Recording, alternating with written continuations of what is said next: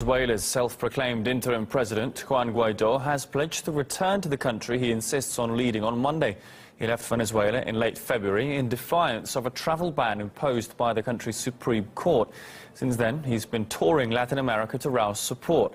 A U.S. National Security Advisor, John Bolton, has warned against any attempts to prevent Guaido's return. On Twitter, he said there would be a significant response from Washington should Guaido be hindered.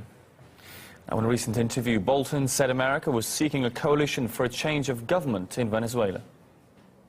I'd like to see as broad a coalition as we can put together to replace Maduro, to replace the whole corrupt regime. Look, in this administration, we're not afraid to use the phrase Monroe Doctrine. This is a country in our hemisphere. It's been the objective of American presidents going back to Ronald Reagan to have a completely democratic hemisphere.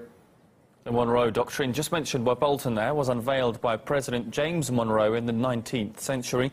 Its purpose was to stop any European interference in the affairs of nations in the Americas. Many interpret the doctrine, though, as a justification for America's own interventions in the region. Russia's top diplomat fears Washington will use it to justify the use of force against undesirables in its hemisphere. The Monroe Doctrine, which means the Americans should prevent others from entering South America, pales in comparison to the doctrine that is being formed now, which is basically that the Americans usurp the right to use force wherever they want. They're violating the fundamental foundations of democracy, and without concerted negotiation by the international community. What they are talking about here is America for the Americans, going back to the Monroe Doctrine, and no interference from any other than them and the blocks that they create. This is very problematic because they can really derive in violence because of the fact that we're going to see there are no other option than a military intervention. Today we're talking about a multipolar world, and I don't really know what would that mean if America can be only for Americans, when you're talking about a world that's more globalized, when other countries also have interest in the Americas, economic interest, very important economic interest.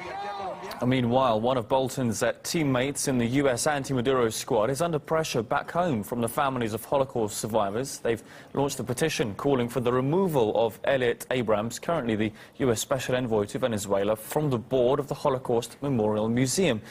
In a letter to the Holocaust Memorial Council and the Committee on Conscience, they accuse Abrams of supporting genocidal regimes for decades. They're demanding his seat is taken away. One of the petition makers and the daughter of a Nazi genocide survivor told us why she's against Abrams.